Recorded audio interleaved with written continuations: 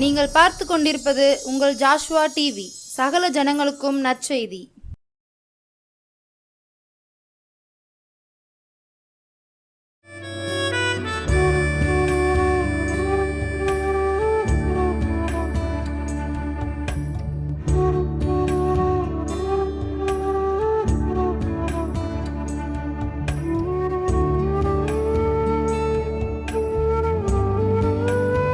ஆண்டவராகிய இயேசு கிறிஸ்து நாமத்தினாலே உங்கள் யாவருக்கும் எங்கள் அன்பின் வாழ்த்துக்களையும் நன்றிகளையும் தெரிவிக்கிறேன்.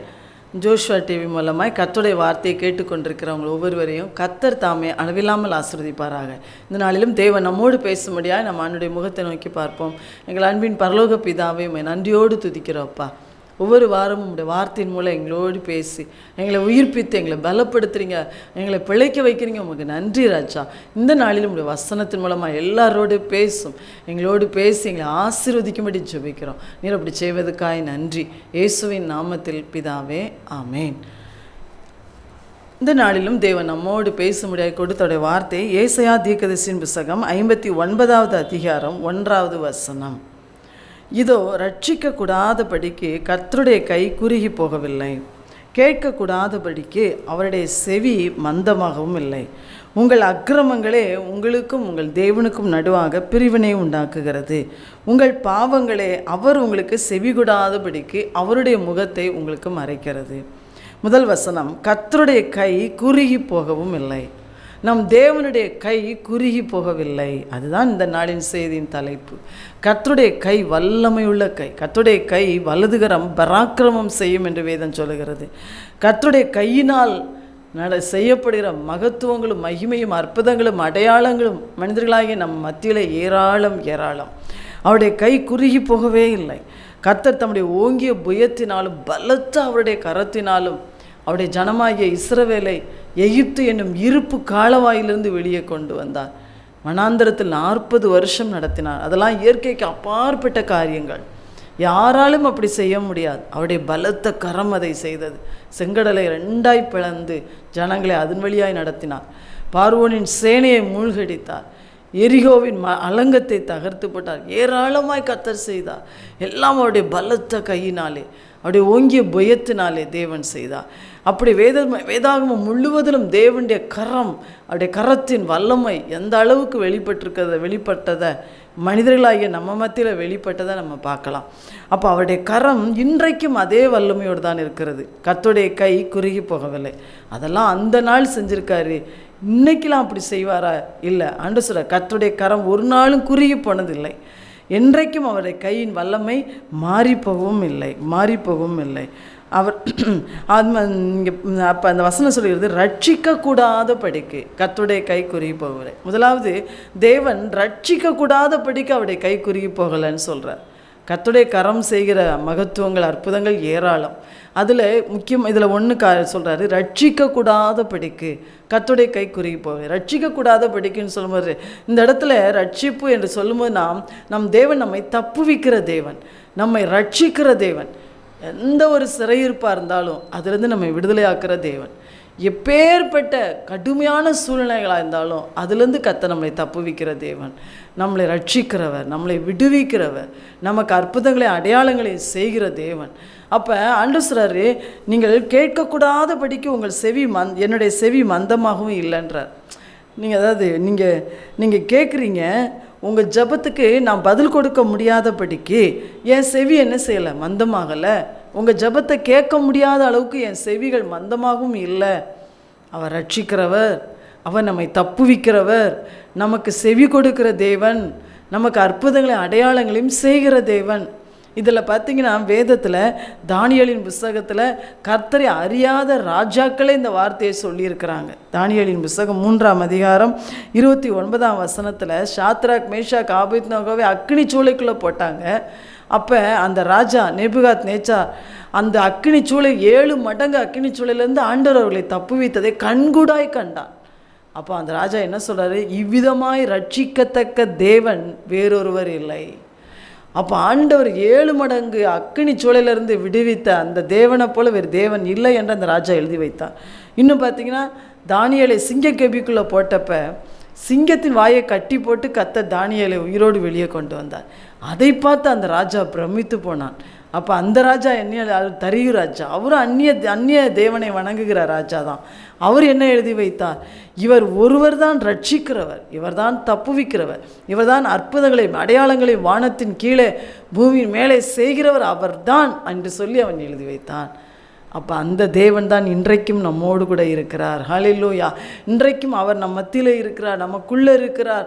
அவர் இன்றைக்கும் உயிரோடு இருக்கிறார். அவருடைய கரம் குறுகி போகவே இல்லை. நீங்கள் கேட்குற விண்ணப்பங்களுக்கு, நீங்கள் எதிர்பார்க்கிற அந்த ரட்சிப்பு, அந்த விடுதலை, அந்த மீட்புக்கு, உங்கள் குடும்பத்தின் கண்ணீர் மாறுவதற்கு, அந்த சிறையிருப்புகள் மாறுவதற்கு தேவனுடைய கரம் இன்றைக்கும் வல்லமை நிறைந்ததாக இருக்கிறது. ஆனால் இந்த இடத்துல ஆண்டவர் அடுத்து சொல்கிறாரு, உங்கள் அக்கிரமங்கள் தான் உங்களுக்கும் எனக்கும் நடுவாக பிரிவினை உண்டாக்குகிறது. ஆண்டு சொல்ல, உங்கள் அக்கிரமங்கள், நீங்கள் செய்கிற அக்கிரமங்கள், உங்களுடைய பாவங்கள் நான் கிரியை செய்ய முடியாதபடி, என் கரம் உங்களுக்காக அற்புதங்களை செய்ய முடியாதபடி தடையாயிருக்கிறது. ஒரு சுவரை போல் அது பிரிவாயிருக்கிறது. அடுத்து, உங்கள் பாவங்களே அவர் உங்களுக்கு செவி கொடாதபடிக்கு அவருடைய முகத்தை உங்களுக்கு மறைக்கிறது அப்படின்னு சொல்கிறார். அன்று சொல்ல, என் வல்லமை இன்னும் மாறலை, குறையலை. என்னால் நீங்கள் கேட்குற எல்லா அற்புதத்தையும் செய்ய முடியும், எல்லாத்தையும் செய்ய முடியும். ஆனால் அது நடக்கலை அப்படின்னா அதுக்கு காரணம் உங்கள் அக்கிரமங்கள், உங்கள் பாவங்கள் அப்படின்னு ஆண்டவர் சொல்கிறார். உங்கள் பாவங்கள், உங்களுடைய என்னுடைய பாவங்கள் ஆண்டவர் நமக்கு பதில் கொடுக்க முடியாதபடிக்கு அவருடைய முகத்தையே நமக்கு என்ன செஞ்சிருந்தான்? மறைச்சிருந்தான், முகத்தையே மறைச்சிருந்தான். அப்போ ஆண்டவர் சொல்கிறார், இந்த காரியத்தில் நம்மை சரிப்படுத்தும் போது தேவன் நம்முடைய வாழ்க்கையில ரட்சிக்கிறவராய், தப்புவிக்கிறவராய், அற்புதங்களையும் அடையாளங்களையும் செய்கிறவராய் வெளிப்படுறதை நீங்கள் பார்ப்பீங்க. அப்போ இந்த பாவங்கள் எல்லாம் மன்னிக்கப்படணும் நம்ம வாழ்க்கையில். இது எல்லாம் மன்னிக்கப்பட்டு இது நம்முடைய வாழ்க்கையில், நம்முடைய குடும்பத்தில் இல்லை என்று அது நம்மை விட்டு நீங்க வேண்டும். இயேசுவின் ரத்தம் அதை செய்ய வல்லமை உள்ளது. அந்த அதிகாரத்தில் நீங்கள் பார்த்தீங்கன்னா, அக்கிரமங்கள் பாவங்கள் சொல்லும் போது நிறைய காரியம் சொல்லப்பட்டிருக்கிறது. என்ன, கைகளினால் செய்கிற துரோகங்கள், இதை சொல்லும்போது நீங்கள் கூட உங்களை யோசித்து பாருங்கள். கைகளினால் செய்கிற துரோகம், நீதி நியாயம் சத்தியம் இல்லாத ஒரு வாழ்க்கை. நிறைய காரியத்தில் சில இதில் நீதியாக இருக்கலாம், சில காரியத்தில் நீதி இல்லாமல் நியாயம் இல்லாமல் நடக்கலாம். சத்தியமில்லாத வாழ்க்கை, மாயையான இந்த உலகத்தை நம்பி அபத்தமானதை பேசுகிற காரியங்கள். இன்றைக்கி உலகமே இன்றைக்கி அப்படி தான் இருக்குது. ஆனால் கர்த்தருடைய ஜனங்கள், தேவனிடத்துலேருந்து ரட்சிப்பையும் விடுதலை எதிர்பார்க்குறவங்க அப்படி இருக்க முடியாது. அடுத்த ஆண்டு சொல்றார், பொய்யை பேசுகிற உதடுகள், நியாயக்கேடாய் பேசுகிற காரியங்கள், கால்கள் பொல்லாதவைகளை செய்ய ஓடுதல், அக்கிரமமான நினைவுகள், பொல்லாத நினைவுகள், சமாதானமான வழியிலே நடக்காமல், எந்த வழியில் நடந்தால் சமாதானம் இருக்கும் நமக்கு தெரியும், ஆனால் அந்த வழியில் நடக்காமல் கோணலான வழியிலே நடக்கிறவர்கள். இப்படி நாம் தேவனுக்கு விரோதமாக நம்முடைய கைகள், நம்முடைய கால்கள், நம்முடைய நினைவுகள், நம்முடைய உதடுகள் எல்லாவற்றிலும் இப்படி ஏதோ ஒரு காரியத்தில் நாம் பாவம் செய்கிறவன், அல்லாவிட்டால் எல்லாவற்றிலுமே ஏதோ ஒரு விதத்தில் தவறுகிறவர்களாக நாம் இருப்போம் என்றால் நம்முடைய ஜபங்களுக்கு அவரால் பதில் கொடுக்க முடியாது. நமக்கு அவர் கரம் செயல்படவே முடியாது. அதைத்தான் கர்த்தர் சொல்கிறார். அப்போ இப்படிப்பட்ட பாவங்கள் ஒருவேளை ஜெபிக்கிற நம்மிடத்துலையோ, அல்லாவிட்டால் யாருக்காக நாம் ஜெபம் பண்ணுகிறோமோ அவர்களிடத்துலையோ இருக்கும் என்றால் கட்டாயம் இந்த பாவங்களை அறிக்கையிட்டு யாருக்காக ஜெபிக்கிறோமோ அவங்களையும் நம்ம அறிக்கையிட வைக்கணும். நம்முடைய குடும்பத்தில் கணவராக இருக்கலாம், பிள்ளைகளாக இருக்கலாம், அல்லாவிட்டால் நம்முடைய குடும்பத்தார் யாராக வேண்டுமானாலும் இருக்கலாம், அவங்களையும் அந்த பாவத்தை அறிக்கையிட வைக்கணும். நாமும் அந்த பாவத்தை ஜெபிக்கிற நாமும் என்ன செய்யணும்? அந்த பாவங்களை அறிக்கையிட வேண்டும் என்று கர்த்தர் சொல்லுகிறார். அறிக்கையிட்டு நாம் பாவ மன்னிப்பை பெற்றுக்கொள்ளணும். நமக்கும் ஆண்டுக்கு இடையிலுக்கு அந்த தடை உடைக்கப்படணும். அப்பொழுது ஆண்டு சொல்கிறார், என் கரம் குறுகி போகாத என்னுடைய கரம் உங்களுக்கும் அற்புதங்களை செய்யும், உங்களுக்கும் அடையாளங்களை செய்யும், உங்களையும் அக்கினியிலிருந்து தப்புவிக்கும், உங்களுக்கும் சிங்கத்தின் வாயிலிருந்து உங்களையும் தப்புவிக்க வல்லமையுள்ளவராய் வெளிப்படுவதை பார்ப்பீங்கன்னு ஆண்டு சொல்கிறேன். இன்னும் கூட நம்முடைய ஜபங்களுக்கு அவர் பதில் கொடுக்க முடியாதுக்கு இருக்க தடைகள் வேத வசனத்தில் நிறைய சொல்லப்பட்டிருக்கு. நான் வாசிக்கிறேன். நம்முடைய சுய இச்சைகளை நிறைவேற்றுவதற்காக நம்ம ஜெபித்தால் அந்த ஜபம் கேட்கப்படாது. என்னுடைய சுய இச்சைன்னு ஒன்று இருக்குது பார்த்தீங்களா, அதை நிறைவேற்றுறதுக்காக நான் ஜெபிக்கிறேன்னா அந்த ஜபம் தேவனுக்கு பிரியமில்லாது. கர்த்தருடைய சித்தத்துக்கு எதிராக நாம் ஜெபித்தால் அந்த ஜபத்துக்கு அவர் செவி கொடுக்க முடியாது. தேவனுடைய சித்தம் என்று ஒன்று இருக்கிறது. அப்போ அந்த சித்தத்துக்கு எதிராக நம்ம ஜெபித்தால் ஜெபம் கேட்கப்படாது. கர்த்தருக்கு நாம் கீழ்ப்படியாமல் இருக்கும்போது தேவன் நம்மளோட ஏதோ பேசுகிறார், நமக்கு சொல்லியிருக்கிறார், ஆனால் அதை நம்ம கீழ்ப்படியலையா? தேவனிடத்தில் அற்புதங்களை எதிர்பார்க்க முடியாது. சந்தேகத்தோடு கேட்பது, எனக்கு செய்வாரா செய்ய மாட்டாரா, ஒரு சந்தேகம். அப்படி சந்தேகத்தோடு கேட்டாலும் நம்முடைய ஜெபங்களுக்கு பதிலை பெற முடியாது. அடுத்து கிறிஸ்துவில் அவருடைய வார்த்தையில் நீங்கள் நிலைச்சு நிற்கணும். ஆண்டவருக்குள்ளே நிலைச்சிருக்கணும். அவருடைய வார்த்தையில் நீங்கள் நிலைத்திருந்தால் மட்டும்தான் தேவனிடத்திலிருந்து அற்புதங்களை பெற்றுக்கொள்ள முடியும். கிறிஸ்துவின் நாமத்தில் நம்ம கேட்காம இருந்தோம்னா, இயேசு என் நாமத்தினாலே நீங்கள் எதை கேட்டாலும் அதை நான் செய்வேன்னு சொல்கிறார். அப்போ இயேசுவின் நாமத்தை பயன்படுத்தி பயன்படுத்தி நாம் ஜெபிக்காமல் இருப்போம் என்றால், வேறு நாமங்களை சொல்லும்போது, அல்லாவிட்டால் இயேசுவின் நாமத்தை சொல்கிறதுக்கு நிறைய பேருக்கு வராது. ஆண்டவரே, கடவுளே அப்படின்னு சொல்லிகிட்டு இருப்பாங்க. அப்போ ஆண்டோட நாமத்தை சொல்லாமல் ஜெபித்தாலும் அந்த ஜெபத்துக்கு பதில் வர முடியாது. அடுத்து இன்னொன்று, நான் ஜெபம் பண்ணிட்டேன் ஆனால் பெற்றுக்கொண்டோம் என்று விசுவாசிக்காமல், சிலருக்கு உடனே பதில் கிடைக்கும், சிலருக்கு தாமதமாய் பதில் கிடைக்கும். ஆனால் அந்த விசுவாசம் தாமதமாகும்போது கூட என் ஆண்டவர் என் ஜெபத்துக்கு பதில் கொடுப்பார் என்ற ஒரு முழு நிச்சயத்தோடு பொறுமையோடு அவரை துதித்து கொண்டே நாம் காத்திருக்க வேண்டுமா? அப்படி நாம் காத்திருக்கும் போது கட்டாயம் நம்முடைய ஜெபத்துக்கு பதில் கொடுப்பார். ஆனால் அப்படிலாம் நம்ம காத்திருக்காமல் பொறுமை இழந்து புலம்பி தவிச்சு முறுமுறுத்து நாம் இருந்தோம் என்றால் தேவனிடத்திலிருந்து அற்புதங்களை பெற்றுக்கொள்ள முடியாது. அப்போ ஆண்டவர் சொல்றார், உங்கள் அக்கிரமங்கள் உங்கள் பாவங்கள் தான் என் கரத்தின் வல்லமையை உங்களுக்கு வெளிப்படுத்த முடியாதபடியும் உங்களுடைய ஜெபங்களுக்கு நான் பதில் கொடுக்க முடியாதபடியும் தடையாக இருக்குதுன்னு சொன்னார். மற்றபடி கர்த்தருடைய கரம் குறுகி போகவே இல்லை. இந்த காரியங்களில் எதில் நம்ம தவறியிருந்தாலும் உங்கள் வாழ்க்கையை, உங்கள் குடும்பத்தை சரிப்படுத்துங்க. தேவன் கட்டாயம் உங்கள் வாழ்க்கையில் அவருடைய கரத்தின் வல்லமையை வெளிப்படுத்துவார். அடுத்து நம்முடைய கர்த்தருடைய கை குறுகி போகவில்லை என்று சொல்லும்போது, என்னாகமம் 11ஆம் அதிகாரம் 23ஆம் வசனத்தில் ஒரு காரியத்தை ஆண்டவர் சொல்கிறார். மோசையை பார்த்து சொல்கிறார், கர்த்தருடைய கை குறுகி இருக்கிறதோ, என் வார்த்தையின்படி நடக்குமோ நடவாதோ என்று நீ இப்பொழுது காண்பாய் என்று சொல்கிறார். மோசே தேவனுக்கு முன்பாய் நிறைய அற்புதங்களை அவருடைய வல்லமையினால் செய்தவர், நிறைய அற்புதங்களை கண்கூடாய் கண்டவர். ஆனால் இப்போ ஒரு அசாதாரணமான சூழ்நிலை, ஜனங்கள் இறைச்சிக்காக ஆண்டோட்ட அழுது கொண்டிருக்கிறாங்க. இவ்வளோ நாள் அப்பத்தை புசிச்சாங்க, இப்போ இறைச்சி எங்களுக்கு வேணும் அப்படின்னு அழுகுறாங்க. ஆண்டவருக்கு அவங்க மேலே கோபமாக இருக்குது. ஜனங்கள் முறுமுறுக்கிறதையும் அழுகிறதையும் பார்த்து மோசே நினைக்கிறாரு, இவ்வளோ 6 லட்சம் பேர் காலாட்கள் மாத்திரம், இவங்களுக்கு எப்படி நம்மளால் இறைச்சியை கொடுக்க முடியும் என்று சொல்லி அவர் மோசே யோசிக்கிறார். அவங்களுக்கு அவரால் அந்த காரியத்தில் ஆண்டவரை விசுவாசிக்கவே முடியல. ஆடு மாடு எல்லாத்தையும் அடித்தாலும், அவங்கக்கிட்ட இருக்க ஆடு மாடு எல்லாத்தையும் அடித்தாலும் அவங்களுக்கு போதுமா? சமுத்திரத்து மச்சங்களெல்லாம் கொண்டு சேர்த்தாலும் அவங்களுக்கு போதுமா என்று சொல்லி மோசையால் அந்த இடத்துல கர்த்தருடைய கரத்தின் வல்லமையை யோசித்து பார்க்க முடியல, அவரால் நினைக்க முடியல. ஆனால் அந்த இடத்துல தான் ஆண்டவர் சொல்றார், கர்த்தருடைய கை குறுகி இருக்கிறதோ, என் வார்த்தையின்படி நடக்குமோ நடக்காதோ. என்ன வார்த்தை? ஆண்டவர் சொன்னார், அவங்களுக்கு 1 நாள் இல்லை, 5 நாள், 10 நாள் இல்லை, 20 நாள் இல்லை, 1 மாதம் அவங்க மூக்கால தெவிட்டு போகும் வரைக்கும் அவங்களுக்கு நான் இறைச்சி கொடுப்பேன்னு சொல்கிறார். அப்போ தான் மோசைக்கு, ஐயோ ஆண்டவர், இது எப்படி ஆடு மாடு எல்லாத்தையும் அடித்தா கூட அப்படி கொடுக்க முடியாதே. அப்போ தான் ஆண்டவர் சொன்னார், என் கை குறுகி இருக்கிறதோ. அப்போ அசாதாரணமான சூழ்நிலைகளை நாம் சந்திக்கும் போது அசாதாரணமான விதத்தில் நம்முடைய காரியங்களிலே அற்புதங்களை செய்ய நம் தேவனுடைய கரம் வல்லமுள்ளதாக இருக்கிறது. ஹல்லேலூயா. உங்கள் வாழ்க்கையில் ஒரு அசாதாரணமான சூழ்நிலை, இதெல்லாம் செய்யவே யாராலையும் முடியாது, எனக்கு வாழ்க்கையில் அப்படிப்பட்ட சூழ்நிலை கிடையாது அப்படின்னு நீங்கள் நினைக்கிறீங்களா? கர்த்தருடைய கரம் குறுகி போகவில்லை. ஆண்டரை நினச்சா அப்படி துதிங்க. ஆண்டர் உங்கள் கரம் குறுகி போகலைப்பா, உங்கள் கரத்தின் வல்லமை இன்றைக்கு மாறி போகலை. எனக்கு இது ஒரு அசாதாரணமான சூழ்நிலை தான், இது என்னால், என்னுடைய பலத்தினால, என்னுடைய மனித அறிவினால் யோசித்து கூட பார்க்க முடியாத காரியம்தான். ஆனால் எனக்கு இதில் ஒரு அற்புதத்தை செய்ய உம்முடைய கரத்தினால் ஆகும் அப்படின்னு நீங்கள் விசுவாசத்தோடு ஆண்டரை துதித்து ஜெபம் பண்ணி பாருங்கள். கர்த்தர் கட்டாயம் அந்த இடத்துல அற்புதங்களை செய்வார்.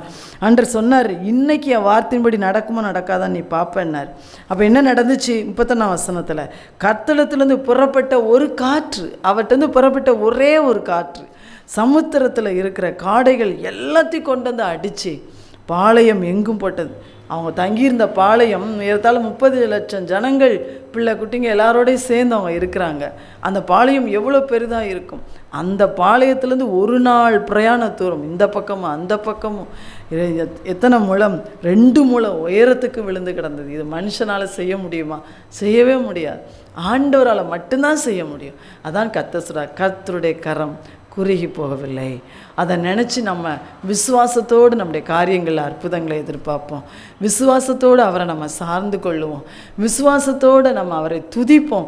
தேவன் கட்டாயம் நமக்கும் நாம் சந்திக்கிற அசாதாரணமான சூழ்நிலைகள், அதாவது கடினமான சூழ்நிலைகள், நம்மால் அந்த சூழ்நிலையிலேருந்து ஒரு காரியத்தை செய்ய முடியாத ஒரு சூழ்நிலையில் கர்த்தர் கட்டாயமாய் நமக்கு அற்புதங்களை செய்வார்.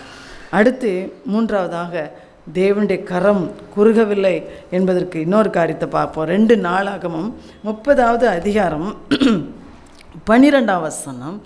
யூதாவிலும் கர்த்தருடைய வார்த்தையின்படியே ராஜாவும் பிரபுக்களும் கட்டளையிட்ட பிரகாரம் செய்கிறதற்கு தேவனுடைய கரம் அவர்களை ஒருமனப்படுத்திற்று அப்படின்னு போட்டிருக்கு. இந்த இடத்துல ஒரு காரியம், தேவனுடைய கரம் செய்கிறது என்ன அப்படின்னா, எசேக்கியா ராஜா அவர் ஒரு கர்த்தருக்கு பயந்து நடந்த ராஜா. அவர் இருந்த நாட்களில் இஸ்ரவேலை ஒரு மன்னன் ஆண்டால், இஸ்ரவேலும் யூதாவும் 2 தேசங்களாக இருக்கிறது. ஆனால் ஜனங்கள் எல்லாரும் எருசலேமில் வந்து தான் என்ன செய்யணும், எருசலேமில் தான் தேவாலயம் இருக்கிறது. பண்டிகை அவங்க ஆசரிக்கனாலும் சரி, ஆண்டவரை தொழுது கொள்ளணுனாலும் அவங்க எருசலேமுக்கு தான் வராங்க. அப்போ பார்த்திங்கன்னா எசேக்கியா ராஜாவின் காலத்தில் ஜனங்கள், அதுக்கு எசேக்கியாவுக்கு முந்தின காலத்திலேயே ஜனங்கள் கர்த்தரை விட்டு விலகி போனார்கள், எசேக்கியாவுடைய தகப்பன் காலத்திலேயே. ஆனால் எசேக்கியா கர்த்தருக்கு பயந்தவனாக இருந்ததுனாலே இஸ்ரவேல் யூதா எல்லா இடங்களுக்குள் பறைசாற்றுவிக்கிறார். என்ன, எல்லாரும் நீங்கள் கர்த்தருடைய ஆலயத்துக்கு வாங்க, கர்த்தருக்கு நேராக திரும்புங்க. இஸ்ரவேல் யூதா எங்கும் போய் நிருபங்களை கொடுத்து அனுப்புகிறார். இஸ்ரவேல் புத்திரரே, ஆபிரகாம், ஈசாக்கு, இஸ்ரவேலுடைய தேவனாகிய கர்த்தரிடத்துக்கு திரும்புங்க, எல்லாரும் கர்த்தரை சேவிங்க, கர்த்தரிடத்துக்கு திரும்புங்க, கர்த்தருடைய ஆலயத்துக்கு வாங்க, அவருடைய பஸ்காவை வந்து எருசலேமில் வந்து ஆசரிங்க என்று சொல்லி தான் ஆளுகை செய்கிற யூதா மக்களுக்கு மட்டுமல்ல, இஸ்ரவேலின் 12 கோத்திரங்களுக்கும் அவர் நிருபங்களை அனுப்புகிறார். நிருபங்களை அனுப்பி ஜனங்களை தூண்டுகிறார். வாங்க வாங்கன்னு சொல்லி ஜனங்களை தூண்டுகிறார். அப்போ அவர் சொல்கிறார், நம்ம ஏற்கனவே நிறைய தண்டனைகளை நம்ம அனுபவிச்சிட்டோம். நம்முடைய முற்பிதாக்கள் ஆண்டவரை விட்டு விலகினதுனாலே நிறைய தண்டனை அனுபவித்து இன்றைக்கி நிறைய பேர் அசிரியர் கையில் சிறைப்பட்டு அடுத்த தேசத்தில் போய் இருக்கிறாங்க. ஒருவேளை அந்த தேசத்தில் இருக்கிறவங்களுக்கும் ஒரு இரக்கம் நமக்கு வேணும். இன்னும் நமக்கும் அவனுடைய கிருபையும் இரக்கமும் வேணும். அதனால் நீங்கள் வாங்க, எல்லாரும் வாங்கன்னு சொல்லி எசேக்கியா ராஜா யூதா இஸ்ரவேல் தேசம் முழுவதிலும் இந்த செய்தியை அனுப்புகிறார். பிரபுக்கள் மூலமாக, ஆசாரியர்கள் மூலமாக, அவர் நிருபங்களை கொடுத்த அஞ்சற்காரர் மூலமாக அவர் அனுப்புகிறார். அப்போ அனுப்பும்போது பார்த்திங்கன்னா ஜனங்கள் முதலாவது அந்த குறித்த காலத்துக்கு வராமல் இருந்தாங்க. ஆனால் அடுத்து நீங்கள் பார்த்திங்கன்னா 12ஆம் வசனம் சொல்லுது, 11 ஆசேர், மனாசே, செபுலோனில் சிலர் மனத்தாழ்மையாகி எருசலேமுக்கு வந்தார்கள். சிலர் பரியாசம் பண்ணுற கூட்டமும் இருந்தாங்க. இதெல்லாம் பார்த்து இதெல்லாம் நடக்கிற காரியமா அப்படின்னு சொல்லி. ஆனால் யூதாவிலும் கர்த்தருடைய வார்த்தையின்படியே ராஜாவும் பிரபுக்களும் கட்டளையிட்ட பிரகாரம் செய்கிறதற்கு தேவனுடைய கரம் அவர்களை ஒருமனப்படுத்திற்று. திரளான மக்கள் ஆண்டவருடைய ஆலயத்துக்கு அதே மாதிரி கர்த்தருடைய சமூகத்துக்கு வர்றாங்க. அவரை சேவிக்க, ஆண்டருக்கு நேராக தங்க இருதயத்தை திருப்புறாங்க. கர்த்தருடைய பண்டிகையை ஆசரிக்க வர்றாங்க. தேவாலயத்தில் வந்து ஆண்டவரை தொழுது கொள்ள, உண்மையோடும் ஆவியோடும் தொழுது கொள்ள அவங்க வர்றாங்க. அப்போ இது எப்படி நடந்துச்சு? அவங்க வந்து நிருபங்களை சொல்லி அனுப்புகிறார், நிருபங்களை கொடுத்து அனுப்புகிறார். ஆனால் தேவனுடைய கரம் அவர்களை கர்த்தருடைய வார்த்தையின்படி செய்கிறதுக்கு ஒருவனப்படுத்திற்று அப்படின்னு போட்டிருக்கு. இதுலேருந்து கர்த்தர் நமக்கு என்ன சொல்கிறாருன்னா, நம்ம கூட இந்த கடைசி நாட்களில் ஆண்டவரை எல்லாரும் சேவிக்கணும், எல்லா ஜனங்களும் ரட்சிக்கப்படணும். நம்ம தேசத்தில் 148 கோடி மக்களும் ரட்சிக்கப்படணும். எங்கள் தமிழ்நாட்டில் இருக்கிற 8.5 கோடி மக்களும் ரட்சிக்கப்படணும். எங்கள் ஊரில் இருக்கிற ஜனங்கள் ரட்சிக்கப்படணும். இப்பெல்லாம் நம்ம ஜெபிக்கிறோம் தானே. ஒருவேளை இதெல்லாம் நடக்குமா, இதெல்லாம் நடக்கக்கூடிய காரியமா என்று சொல்லி பரிகாசம் பண்ணுறவங்களும் இருப்பாங்க. நம்ம ஒரு வேளை நினைக்கலாம், நம்ம எவ்வளோ நாளாக ஜெபிக்கிறோம், அது இன்னும் நடக்கலையே நினைக்கலாம். ஆனால் பாருங்கள், அன்றைய நாளிலே தேவனுடைய கரம், அவருடைய கரம் ஜனங்களை அவரை சேவிப்பதற்கு, அவருடைய ஆலயத்தை நோக்கி ஓடி வருவதற்கு அவர்களை ஒருமனப்படுத்திற்று அப்படின்னு வருது. அப்போ தேவனுடைய கரம் ஜனங்களை கர்த்தருக்கு நேராய் திருப்ப வல்லமை உள்ளது. ஜனங்களை அவரை சேவிக்கும்படியாய் அவருடைய மனதை கர்த்தருக்கு நேராய் எல்லாரையும் ஒருமுகப்படுத்த அது வல்லமை உள்ளது. நம்முடைய சபைகளை ஒருமுகப்படுத்த, நம்முடைய குடும்பங்களை ஒருமனப்படுத்த தேவனுடைய கரம் வல்லமை உள்ளது. நம் தேசத்தின் மக்களை கர்த்தருக்கு நேராய் திருப்ப, நம்முடைய கிராமத்து பட்டணத்து மக்களை, மாநிலத்தின் மக்களை கர்த்தருக்கு நேராய் திருப்ப அவருடைய கரம் வல்லமை உள்ளது. அதனால் அவருடைய கரத்தின் வல்லமை இப்படிலாம் ஜனங்களை ஒருமனப்படுத்திட்டுன்னு சொல்லப்பட்டிருக்கு. ஒன்று கூட்டி அவங்களை சேர்த்தது. அவங்க எல்லாரும் சந்தோஷமாக பலிகளை செலுத்தி கர்த்தரை அன்னைக்கு கர்த்தரை துதித்து பண்டிகையை ஆசரித்தாங்க. லேவியர்லாம் எழுந்து நின்று ஜனங்களை ஆசீர்வதிச்சாங்க. அந்த அதிகாரத்தின் கடைசியில் நீங்கள் பாருங்கள், அவருடைய சத்தம் கேட்கப்பட்டு அவருடைய விண்ணப்பம் அவருடைய பரிசுத்த வாசஸ்தலமாகிய பரலோகத்தில் வந்து எட்டினது. ஹல்லேலூயா! எப்படிப்பட்ட ஒரு ஒருமனம் அவங்களுக்குலாம் வந்திருக்கு பாருங்கள். இப்படிப்பட்ட ஒருமனத்தை கர்த்தர் நம்முடைய காலங்களில், நம்முடைய சபைகள் மத்தியில், நம்முடைய தேசத்தின் மத்தியில், நம்முடைய குடும்பங்கள் மத்தியில் அவர் செய்ய வல்லமையுள்ளவராக இருக்கிறார்.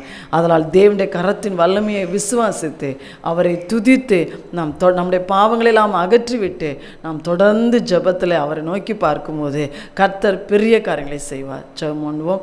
எங்கள் அன்பின் பரலோக பிதாவே, உம்முடைய கரத்தின் வல்லமைக்காய் ஸ்தோத்திரம்ப்பா. உம்முடைய கரம் இன்றைக்கும் குறுகி போகவில்லையா, ஆனால் தடையாயிருக்கிற எங்களுடைய பாவங்கள், அக்கிரமங்களை, வசனத்தை கேட்கிற எங்கள் எல்லாருடைய வாழ்க்கையை விட்டு, எங்கள் குடும்பங்களை விட்டு, எங்கள் சந்ததிகளை விட்டு நீ அகற்றி போடும்படி நாங்கள் ஜெபிக்கிறோம் ஐயா. உம்மிடத்திலிருந்து அற்புத வல்லமையை பெற்றுக்கொள்ள முடியாமல் இருக்கிற எல்லா தடைகளையும் வசனத்தின்படி எங்களை நீ அகற்றி எங்களை சுத்திகரிக்கும்படியாக ஜெபிக்கிறோம் ஆண்டவரே. எஸ்ஸப்பா, அசாதாரணமான சூழ்நிலைகளை கடந்து போய் கொண்டிருக்கிற ஒவ்வொரு தேவ பிள்ளைகள் வாழ்க்கையிலையும் நீர் அந்த நாளிலே எப்படி ஜனங்களுக்கு இறைச்சியை கொடுத்து உம்முடைய வல்லமையை வெளிப்படுத்தினீரோ அதே போல் உம்முடைய கரத்தின் வல்லமை ஒவ்வொருத்தர் வாழ்க்கையிலையும் வெளிப்படும்படியாக நாங்கள் ஜெபிக்கிறோம். அற்புதங்களை செய்யும்படியாக ஜெபிக்கிறோம் ஐயா. நாங்கள் எதிர்பார்த்து ஜெபித்து கொண்டிருக்கிற என் தேசத்தின் ரட்சிப்பு, எங்கள் குடும்பங்களின் ரட்சிப்பு, எழுப்புதல், அதை அந்த காரியத்தை கொண்டு வர உம்முடைய கரம் வல்லமையுள்ளதாக இருக்கிறதப்பா. நீர் இதை செய்ய போகிறதுக்காக உமக்கு ஸ்தோத்திரம். தொடர்ந்து உம்முடைய கரத்தின் வல்லமையை விசுவாசித்து நாங்கள் ஜெபத்தில் உறுதியாக இருக்க எங்களுக்கு கிருபை தார். நீர் அப்படி செய்வதற்காக நன்றி. இயேசுவின் நாமத்தில் பிதாவே, ஆமென்.